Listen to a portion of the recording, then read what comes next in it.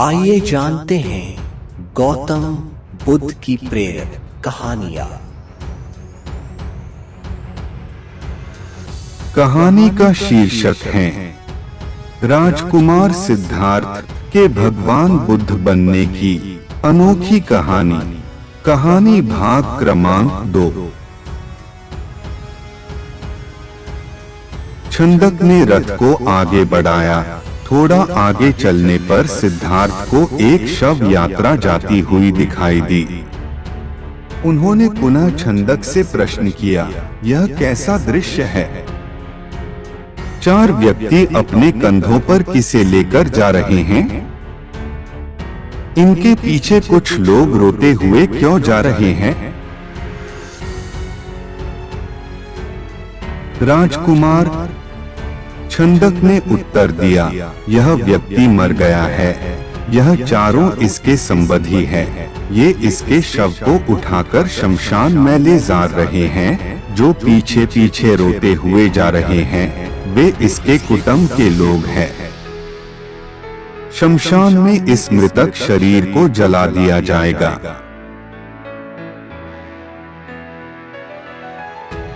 यह व्यक्ति मर क्यों गया? सिद्धार्थ ने अगला प्रश्न किया। छंदक ने कहा, मृत्यु इस संसार का एक अटल सत्य है। मृत्यु ने आज तक किसी को नहीं छोड़ा। कोई भी व्यक्ति किसी भी समय मर सकता है। यह सुनकर राजकुमार सिद्धार्थ का दिमाग घूम गया। वह ठंडी सांस लेकर सोचने लगे, क्या इसी को जीवन कहते हैं, जिसमें मनुष्य को तरह तरह के रोग घेर लेते हैं, जिसमें कभी भी मृत्यु का आगमन हो सकता है। मनुष्य जब बूढ़ा हो जाता है तो वह दुर्बल और असहाय हो जाता है। उसके शरीर को जलाकर भस्म कर दिया जाता है। क्या जीवन के इन भयानक दुखों से छुटकारा नहीं मिल सकता? इसका कोई तो उपाय होगा। राजकुमार सिद्धार्थ मन ही मन ऐसा सोच रहे थे कि तभी उन्हें एक सन्यासी दिखाई दिया। उसने भगवा वेश धारण कर रखा था। साधना और तपस्या के कारण उसका मुखमंडल चमक रहा था। उसके होंठ मुस्कुरा रहे थे। राजकुमार सिद्धार्थ को वह संसार का सबसे प्रसन्न व्यक्ति दिखाई दिया। उन्होंने पूछा, छंदक, यह स्वस्थ और तेजस्वी व्यक्ति कौन है? छंदक ने उत्तर दिया, यह एक सन्यासी है। इसने संसार के सभी सुख त्याग रखे हैं। इसने संयम द्वारा अपनी इंद्रियों को वश में कर रखा है। यह अपने ईश्वर की तपस्या साधना करता है। इसलिए यह स्वस्थ, निरोग व सुंदर है। तपस्या के कारण ही इसका मुखमंडल चमक रहा है। सिद्धार्थ को जैसे अपने सभी प्रश्नों के उत्तर मिल गए। वह एकदम शांत हो गए। उस सन्यासी के दर्शन मात्र से ही उसके मन का सारा क्लेश दूर हो गया। उसने मन ही मन सोचा, रोग, बुढ़ापा तथा जन्म मरण के कष्ट से छुटकारा पाने का उपाय संयम, त्याग तथा तपस्या है। जीवन का सार सत्य की खोज करना है। संसार के सभी सुख नकली है। मैं अब इन झूठे सुखों में नहीं फंसूंगा। मैं उस तेजस्वी सन्यासी की तरह बनूंगा। रथ अपने पूरे वेग से दौड़ता रहा और उससे भी अधिक वेग से दौड़ता रहा राजकुमार सिद्धार्थ का मन। उसे बार बार उस सन्यासी का ध्यान आता था। उनके मन में विरक्ति की भावना बढ़ती ही जा रही थी। जब सिद्धार्थ राजमहल में लौटे तो उन्हें एक शुभ समाचार मिला। यशोधरा ने स्वस्थ व सुंदर पुत्र को जन्म दिया था। पूरे राजमहल में बधाइयों के स्वर गूंज रहे थे। वहां राजा शुद्धोधन व रानी प्रजापति तो प्रसन्नता से पागल हुए जा रहे थे।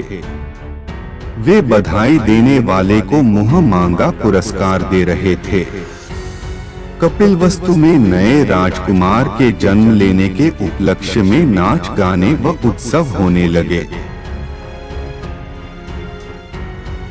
लेकिन सिद्धार्थ को उनमें कोई रुचि न थी। वह उदास अपने भवन में घूम रहे थे। उनके मन में संघर्ष चल रहा था। वे किसी भी उत्सव में सम्मिलित नहीं हुए। अपने नवजात पुत्र से भी मिलकर राजकुमार सिद्धार्थ को प्रसन्नता न हुई। उनका मन सब कुछ त्याग कर शांति व सत्य की खोज करना चाहता था। एक रात आषाढ़ की पूर्णिमा का चंद्रमा पृथ्वी पर अपनी शीतल चांदनी बिखेर रहा था।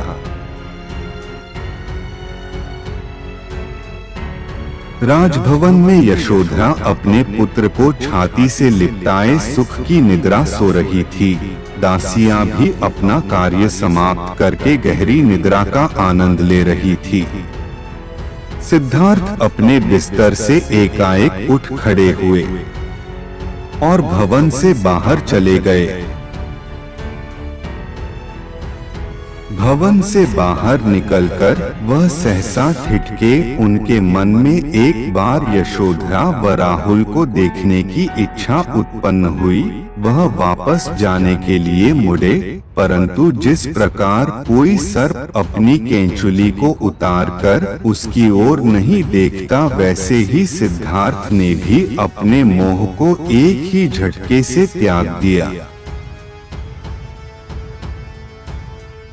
धीरे धीरे चलते हुए राजकुमार सिद्धार्थ वहां जा पहुंचे जहां उनका सारथी छंदक सो रहा था। सिद्धार्थ ने उसे जगाया। छंदक ने चौंक कर अपनी आंखें खोली व निकट बंधे कंधक घोड़े ने भी हिनहिनाकर सिद्धार्थ की ओर देखा। राजकुमार, छंदक ने नम्रता से आश्चर्य से कहा, आप और यहाँ? वह भी रात के इस समय?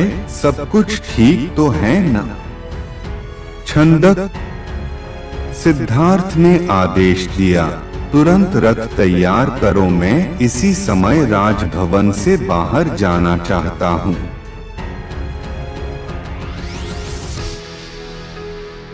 To be continued. कहानी का शेष भाग अगले वीडियो में देखना ना भूले। पार्ट 3।